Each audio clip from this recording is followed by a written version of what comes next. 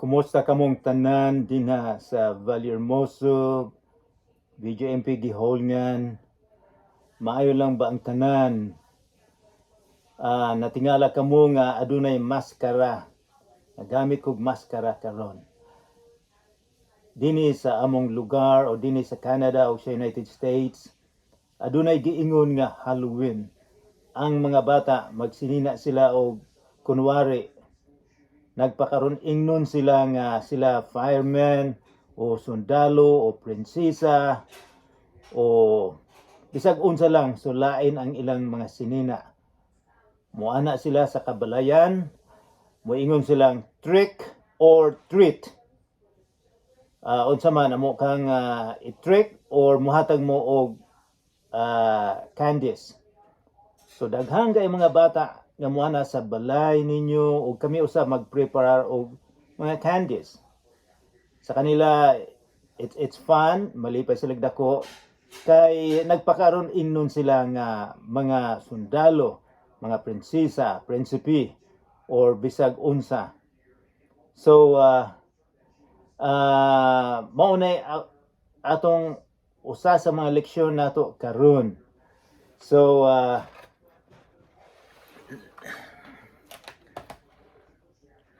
So kumusta ka mong tanan dinha? Daghang salamat sa nga kita nagatuon gyapon sa pulong sa Ginoo. Daghang salamat sa mga tawo nga mitabang nga kita maka Bible study.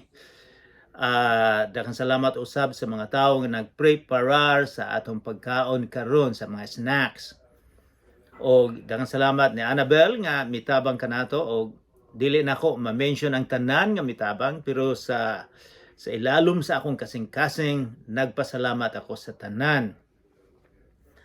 So matingala kamo nganong na ako'y maskara kay ang concentration sa atong leksyon karon sa Matthew 23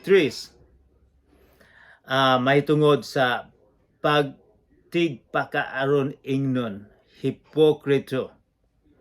So sa unang panahon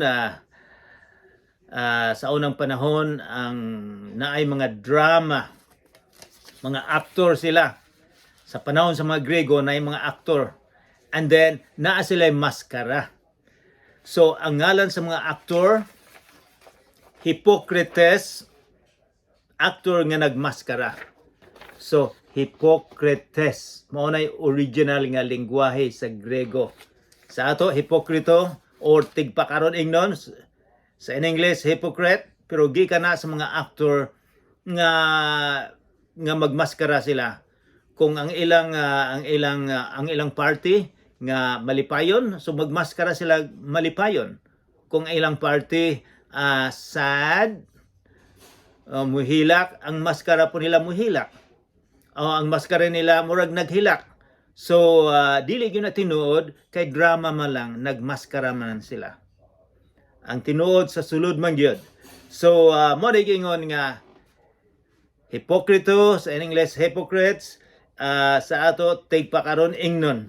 So ako nagtigpakaron ingnon usab ako nga murag onggoy ito. So sa loob gyud sa sulod lain si Rugrasan. So sa dili pa kita magsugod atong ihatag ang tanan sa atong gamhanan nga nagbuhat sa kalibutan, magampo kita.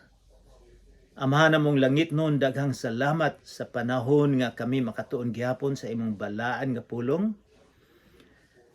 Dako namong tinguha Ginoo nga hinaot paunta nga kami makasabot. Tinguha usab namo nga kini magamit sa among kinabuhi. Nga kami sa among gihimo Ginoo nga ikaw malipay o ginaot paunta nga among makita nga gikinahanglan kanamo nga musulod sa among kasing-kasing. Kay ang pagbag-o sa among kinabuhi gikan sa sulod sa kasing-kasing, dili sa guwa. Ginoo, ikaw ang tinuod namo nga teacher karon. Hinaot paunta nga kami mapainobsanon. Sa ngalan ni Jesus, amen. So karong kining pagsulat ni Matthew, Kapitulo 23, mao ni giingon nato nga Semana Santa. Og si Jesus sa ato nakita nga sige siyang gi-question sa mga Parisiyo, sa teachers, sa mga balaod, teachers of the law, sa Sadducees, nga hain man gid siya gikan kinsa may otoridad. Karon si Jesus pinakakatapusan niyang sermon. Iyang gihatagan og leksyon ang iyang mga disipulo ug mga tawo nga misunod kaniya. So mao ni kinakatapusan niya nga sermon. Kining sermon usab ni Jesus dili lang ni sa mga religious leaders, mga pangulo nila, kundi sa ato po usab ni o sa ako usab ni. Kay naigo usab ako ni ining gitudlo ni Jesus. Kini siya si Jesus nag-warning sa iyang mga disipulo na ayaw ninyong suwira to. Kanang mga leadership ninyo. Suwira ang akong gitudlo ninyo. So atong tan-awon unsay gitudlo ni Jesus nga dili nato suwiron o gitudlo usab ni Jesus nga kadtong mga religious leaders, mga pangulo, ang ilang ugali kinaiya na usab na sa ato. So mag-amping kita, magpainobsanon kita. So sa dili kita magdugay atong abrihan ang atong Bible, nalipay kog dako nga magtan-aw sa pictures na ang kitang gatuon, nakita na ako nga nag-abri og Biblia. Nagsunod, nakahatag na kog dakong kalipay. Kay kadaghanan sa mga tawo nga moingon sila Kristiyanos kami, wala makabasa sa Bible. Talagsa ra kaayo. Kay dili man sila ganahan, wala ko kabalungan ng dili sila ganahan nga pulong man ni sa Ginoo. So, daghang salamat nga inyo kong gitugutan nga makatabang ako usab gatuon kog maayo, naminaw usab ko sa mga tao nga nagtuon og daghan nga pila ka tuig, ako silang paminaw og unsay ilang gitudlo. So, ako pa ning i-share ninyo. Okay, magsugod na kita. Unya mingon si Jesus sa tao og sa iyang mga tinun-an. So nahibalo kita nga at that time mao ang feast of Passover na ay mga 2 ka milyon nga mga tawo nga mibisita sa Israel, sa Jerusalem, sa temple. So daghang mga tao nga mikuan niya nga naminaw og ang mga religious leaders usab naminaw. So mao ni gisermon sa atong Ginoong Kristo. Unya mingon si Jesus sa mga tao o sa iyang mga tinun-an. Always think, una-una ninyo nga kita usab para usab ni nato. Mingon si Jesus, ang mga magtutudlo sa balaod ug ang mga Parisiyo mao ang may katungod sa paghubad sa balaod ni Moses.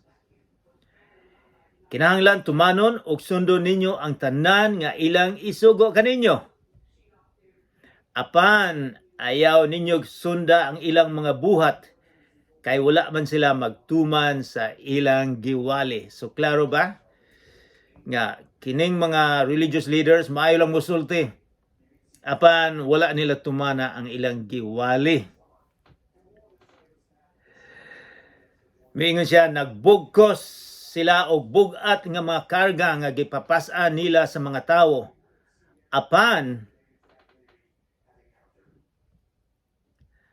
Apan sila mismo dili gani mo gamit bisag usak na lang katudlo aron pagtabang sa pagpas-an sa maong karga. Ang mga Hudiyo daghan silang mga regulasyon, daghan silang mga sugo sa mga ordinaryong mga tao, apan sila dili nila kaya. Verse 5, himuon nila ang tanan aron lamang sila makita sa mga tao. Magpasikat nang sila. Himuon nilang tanan nga ang tao mulantaw nga sila religyoso, nga sila espirituhanon. Tanawa og unsa kadako ang gisudla nila sa mga sinulat nga bersikulo sa kasulatan nga ilang gibutang sa ilang mga agtang o gihigot sa ilang mga bukton ug tan-awag unsa kataas ang sidsid sa ilang mga sapot. Unsa may giingon ni Jesus ani? Kini mao ni giingon nato nga religious and cultural background nga atong tun-an. Unsay giingon niya nga kini sila mga tawo na tan-awag unsa kadagko ang gisudlan nila sa mga sinulat nila. Aduna sila murag box nga ilang ibutang sa ilang agtang.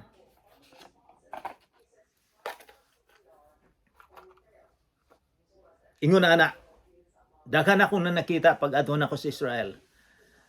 Ang sulod dinhi ang mga bersikulo, mga linukot nga bersikulo.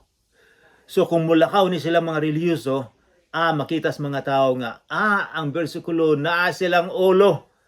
Ang buti pasabot sa Ginoo nga isulod sa inyong ulo, dili nga magsulod sa karton o sa box ang bersikulo. Ug unsa kadako ang box dinhi? Padakanay sila. Kay buti pasabot kung dako daghang mga bersikulo og tan-awon sa mga tao nga sila espirituhanon, relihiyoso. Og ang ilang sinina,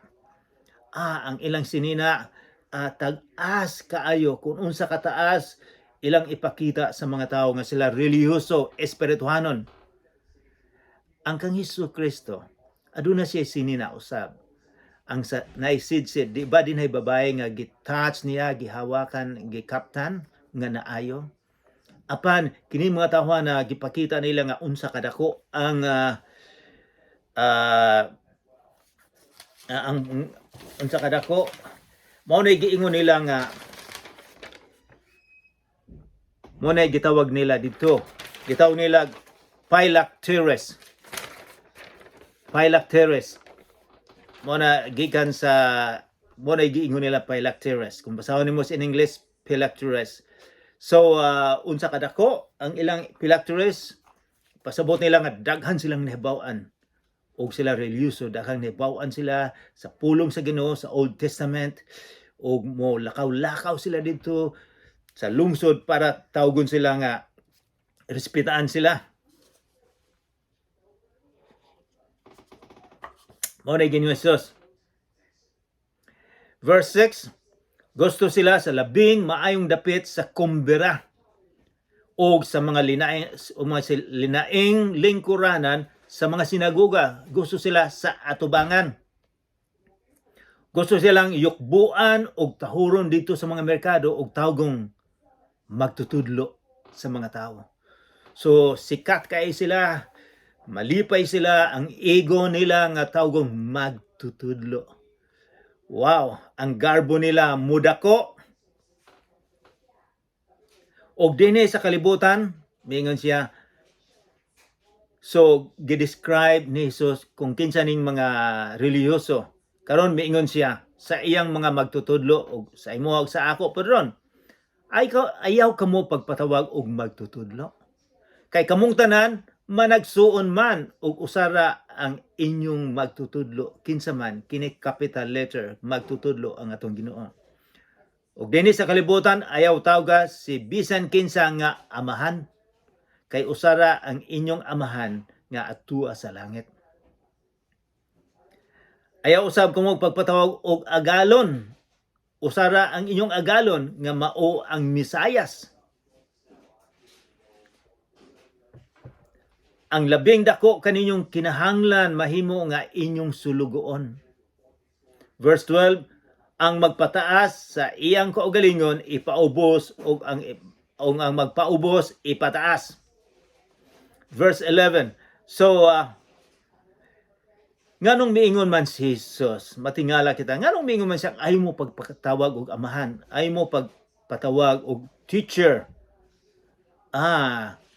Kay ang nahimo god sa mga religious leaders, ang pride nila, ang pagkagarbo kung tawgon sila, ang garbo kay murag mutaas sila sa katilingban. Diingon siya, kamo usab ayaw, matintal mo nga kung naay mo tawag ninyo nga teacher, magsikat usab mo, sir, ang inyong garbo. Diingon siya, ayaw mo magpa-inubsanon mo.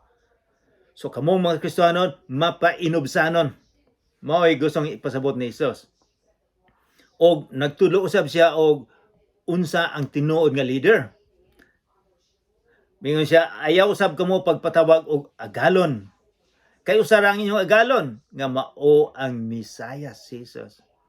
Mingon ni siya nga ang labing dako kaninyo, ang labing kung gusto mong leader o sikat, kung gusto ikaw o ako gusto magpasikat, kinahanglan mahimo siyang sulugoon. Wow, maglibog kita. Ang dinhi sa atong kalibutan, gusto kita magsikat. Amo, boss, sir. Apan si Jesus mingon nga magpaubos kita. Nganuman, ang magpataas sa iyang kaugalingon ipaubos o ang magpaubos ipataas.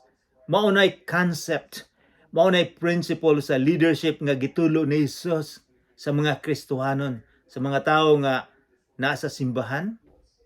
Maunay gitudlo.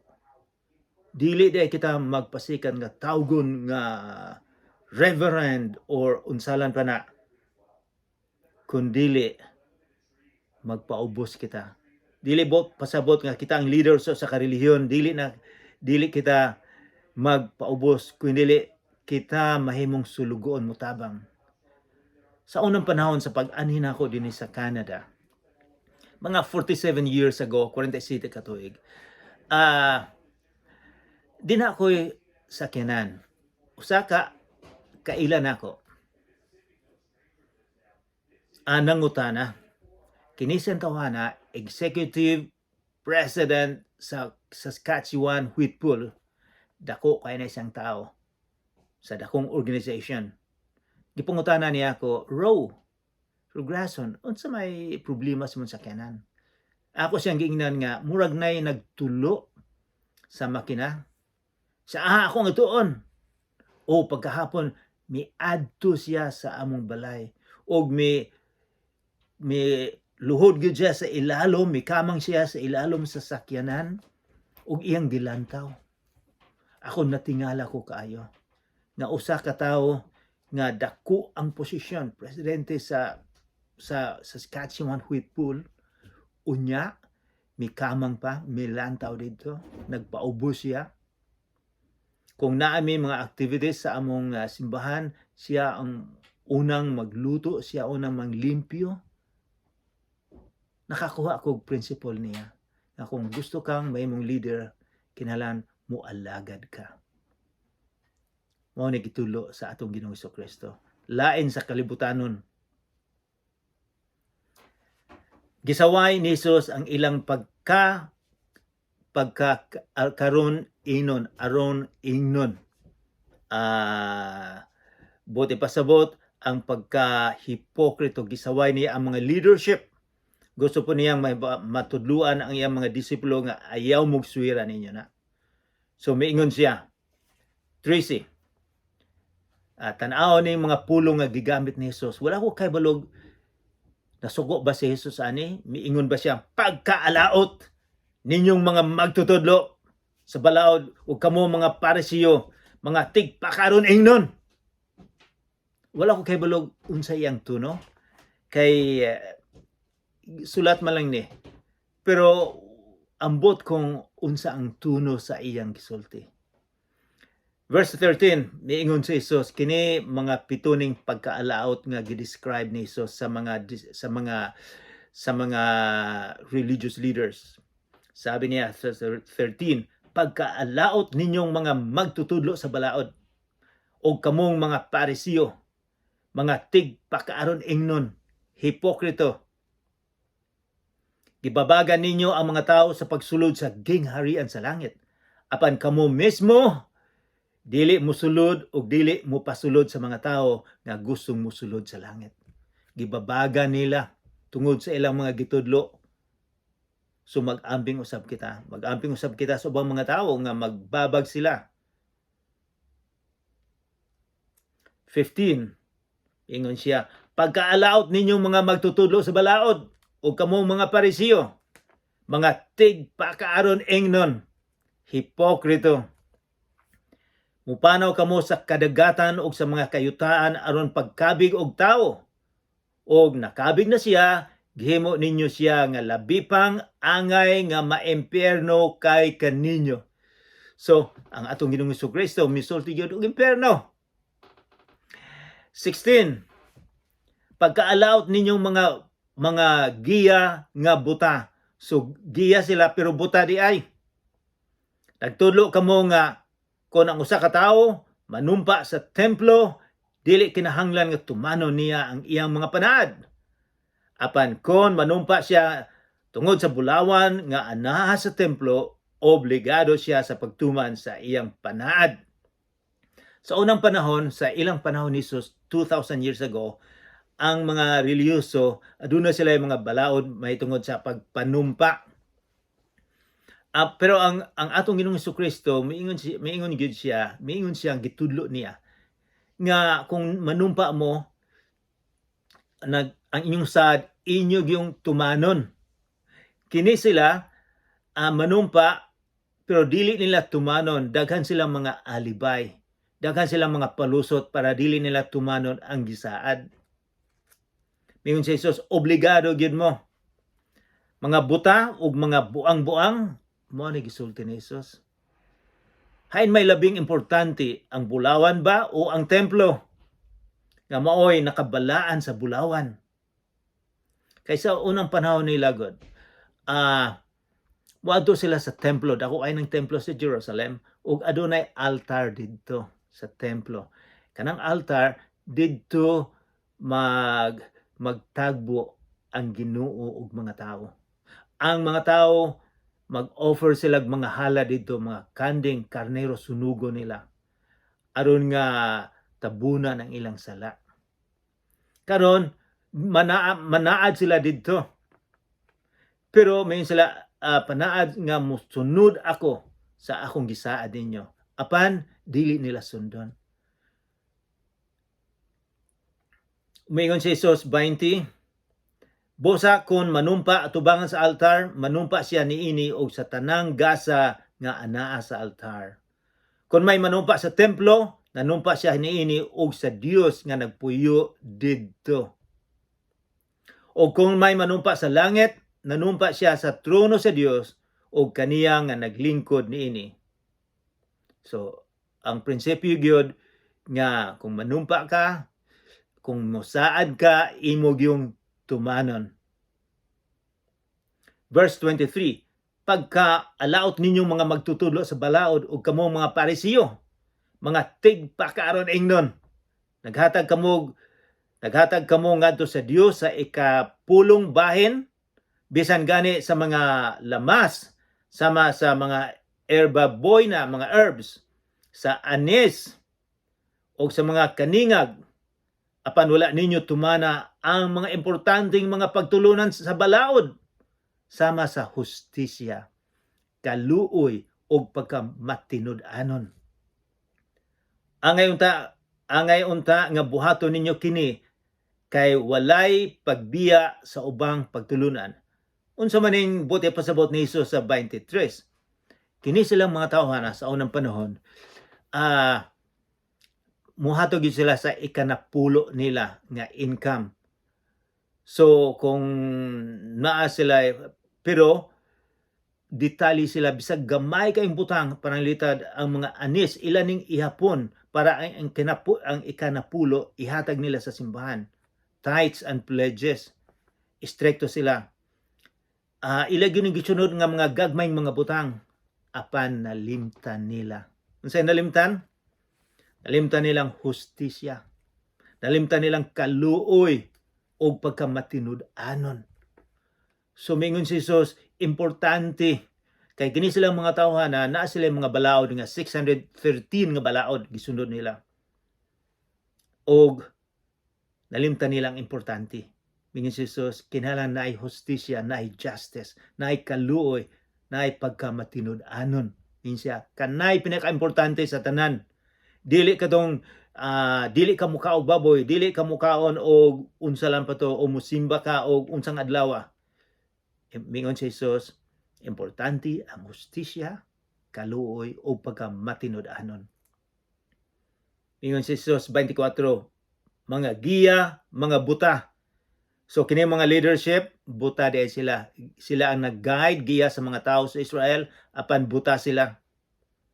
Salaon ninyo ang lagong nga anaa sa inyong ilimnon, apan lamyon ninyo ang kamelyo. Sila go didto. Naa sila mga bino. So kanang bino nga ilang gihimo, naay mga gamay nga mga lagom or mga sapat gagmay kayo.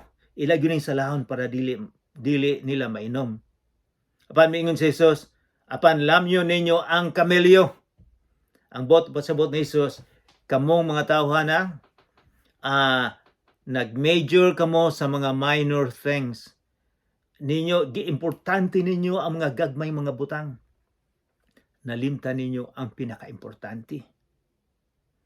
Verse 25, pagkaalaot ninyo mga magtutulo sa balaod ug kamo mga Parisiyo, mga tigpakaaron ingnon. Gilimpyuhan ninyo ang gawas nga bahin sa inyong baso o plato, apan ang sulod na puno sa inyong mga kinuha pinagay sa panlupig o kakog.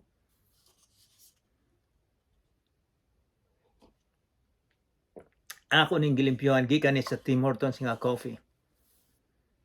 Limpyo sa gawa, limpyo usab sa sulod.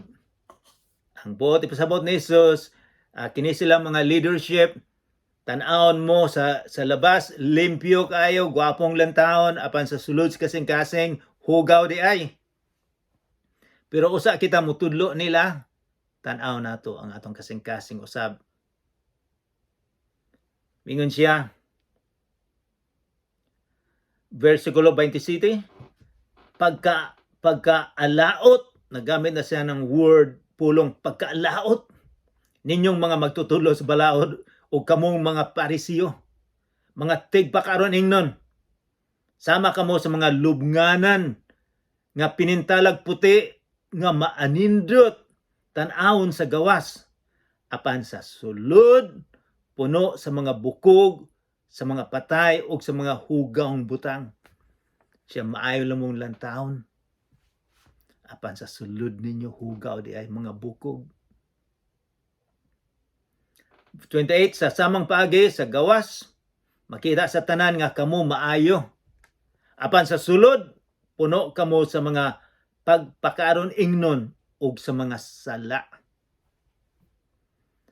So ang problema nila, maayo lang silang magpakitang tao, apan sa sulod di ay hugaw, makasasala di ay.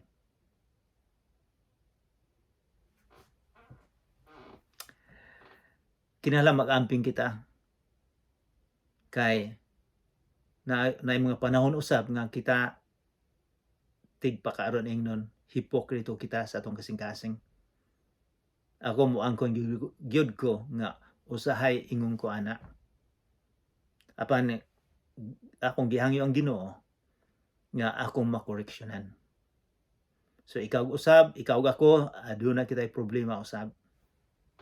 Verse 29, mingon si Jesus, pagkaalaot ninyong mga magtutudlo sa balaod o kamo mga Parisiyo, mga tigpakaron ingnon, nagbuhat kamo mga maanindot nga lubnganan alang sa mga propeta o sa mga gidayan-dayanan ninyo ang mga monumento ni atong mga matarong o kinabuhi. Naadi ay mga monumento katong mga propeta nila sa unang panahon. Nag-ingon kamo, kung kami nagpuyo pa lamang sa panahon sa atong mga katigulangan, dili unta namo himuon ang ilang gihimo o patyon ang mga propeta. Kay ilang man gipamatay ang mga propeta. Kini sila karong mga leadership miingon, kung kami sa unang panahon dili namo sila patyon. Mag-usob kami. Unsay sulti ni Jesus? Verse 31, giangkon ninyo nga mga kaliwat kamo ni adtong mga tao nga mipatay sa mga propeta, mga tao sa Ginoo gipatay nila. 32, sige, padayon og tiwasan ninyo ang gisugdan sa inyong mga katigulangan. Sige, kung kamo mahilig magpatay sa mga misyonaryo, sa mga tao nga nagdala sa pulong sa Ginoo, ipadayon ninyo. 33, miingon si Jesus, mga bitin o mga anak sa bitin, unsaon man ninyo paglikay nga dili kamo kasilutan didto sa impyerno. Rhetoric question. Buti pasabot, dili kamo makalikay sa impyerno. Busa, sultihan ko kamo, padadon ko kamo mga propeta o mga maalamon o mga magtutudlo. Patyon ninyo ang pipila kanila. Og ilansang sa krus ang uban. Ang uban, pamunalan ninyo sulod sa inyong mga sinagoga o gokdo ninyo sila gikan sa usa ka lungsod ngadto sa usang lungsod. At tungod niini, ang silot sa pagpatay sa tanang mga tawo nga walay sala, anha idakdak kaninyo. Sukad sa pagpatay kang Abel, nga walay sala, ngadto sa pagpatay kang Zacarias, nga anak ni Barakias, nga inyong gipatay tunga-tunga sa altar o sa templo.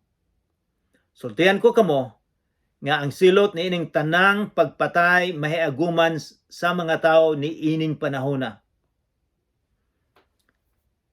Tinuod man ning nahitabo, kay ila man gipatay si San Juan. Gipatay nila si daghang gipatay nila nga mga Kristiyanos.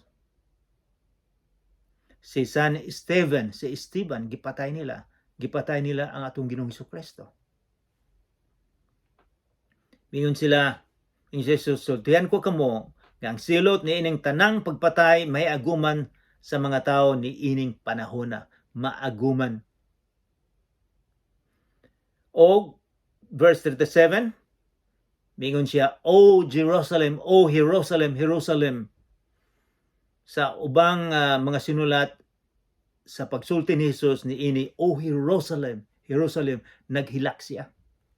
Insa gipatay mo ang mga propeta o gibato ang mga sinugo nga gipadala sa Dios kaninyo.